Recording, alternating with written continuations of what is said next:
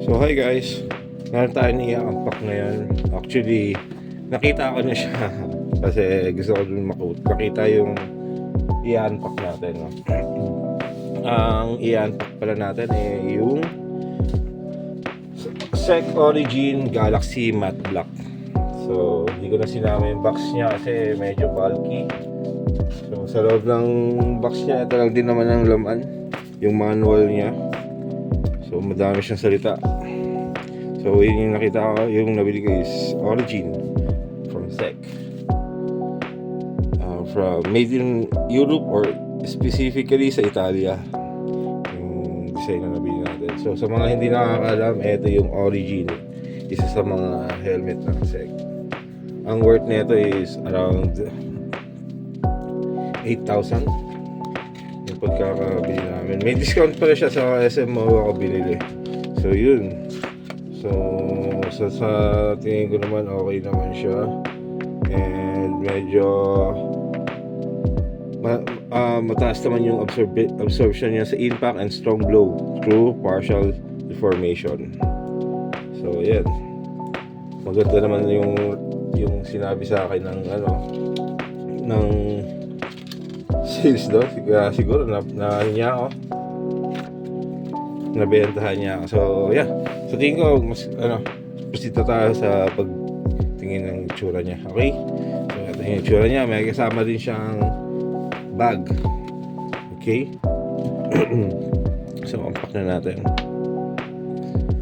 So ganito yung itsura niya, no? Sabi ko ang model na to is Galaxy Origin Matte Black.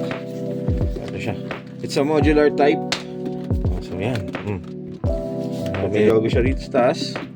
So ang pangalan niya is Galaxy Solid Matte Black Large. Medyo may kalakihan siya, no? Medyo bulk siya. At solid naman yung niya. Origin niya, ICC niya, check. So 50 grams. Andito rin yung mga serial niya. So hindi ko pa nagagamit na, modular type, size large. So yun.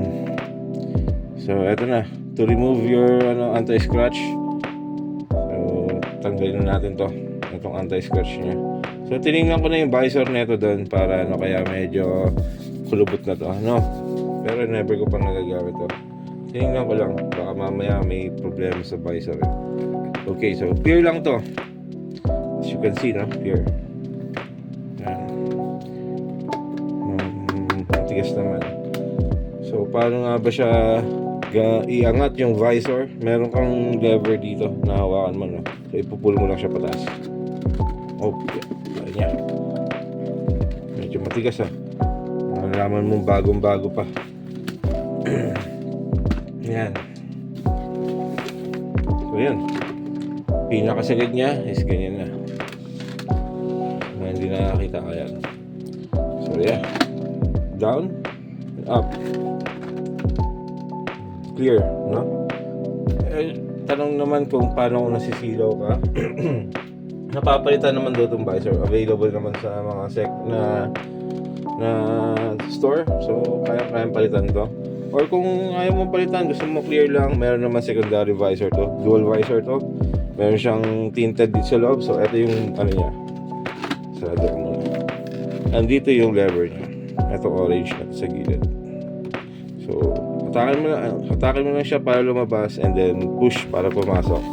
Papakita natin, open muna natin yung clear na visor, then yung may kulay. Boom. So yun yung may kulay. Okay? Again, ito lang yung lever dito sa baba. Hatak, lalabas. Okay. So, sir, tanong naman, paano yung sabi niyo modular siya. So, yung para maging half face siya. So, bago natin iangat yung etong guard niya sa bibig, i-full down muna, ibaba muna natin yung visor niya. So, kailangan nakasalit siya bago mo siya iangat. So, dito din sa ilalim may lever dito na kulay orange. Patakan mo lang. Ibig sabihin, pag nahatak mo na yan, ma-unlock niya yung mga dito sa gilid. Then, i-pull up na siya. That's the full clutch. So once again, no, pag ibababa niyo naman, ibaba niyo lang. Hintayin niyo mag-click. So yan, nakalock na yan. So pag kailangan niyo ulit ibalik sa half face, angat mo to. Yan lang. Okay, yan yung half face niya. And then yun, sa loob naman is made up of half leather, may cushion, makapal. Ako, saktong-sakto lang sa akin to, yung kapal nito. I-press niya talaga yung chin ko para hindi siya magalaw. Yung bigat, okay naman siya. So yun. Same din yung lock system niya is yung lever pa rin. Depende sa laki ang mukha mo. And then if re-release nyo na, atake nyo lang tong red na tela. So, yun. Yung ano naman sir, cushion nya, pwede siyang mapalitan or pwede siyang ilabhan. So yun, meron lang siyang parang tawag dito, yung dumidikit, snap, na-i-snap. And then meron siyang mga button din dito para malak. Nandito yan sa baba. Yan, may button siya rito. Yan, sa mga gusto makita. So yun lang yung pinaka-guide mo para malak. Yun, pag nag-snap, then ibalik ko na to. Same lang din dito sa gilid and then dito sa taas. So lahat yan nalalaban guys na naman pinag-pausing ka. So yeah. So made in Italy siya. Yun. So overall, ito talaga gusto ko, matte black, no? Yung kulay niya, texture niya, ventilation niya dito meron sa likod. Dalawa. And then sa harap meron. Overall, natawa nga ako kasi nung binili ko to sa MOA. Since hindi ko pa nagagamit yung motor ko kasi wala pang ORCR, nag-joyride ako, umangkas ako. So ito na yung ginamit ko pa uwi. So yun, based na kasi kaya ako lang naikwento kasi isa yan sa mga i-consider nyo pag bumibili kayo ng helmet. Dapat suot yun siya na matagal. Although sa tindahan, sinuot ko na siya na matagal, mga 5 minutes. Pakikiramdaman mo, sasakit yung ulo mo, mabigat ba? Nasa-suffocate ba? Nahirapan ka huminga? And yun, based naman sa from MOA to Manila,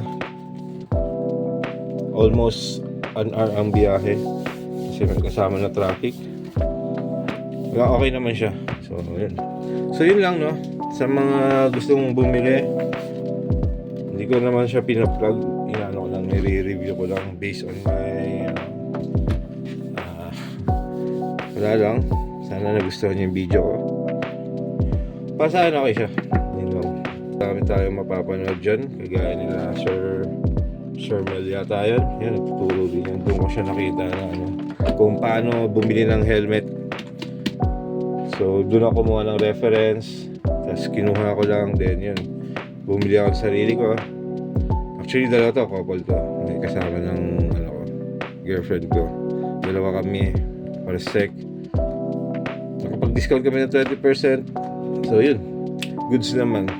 Kaya kung gusto nyo bumili ng ganito, eto, bibigyan ko kayo ng ng konting review lang para lang malaman nyo. Okay?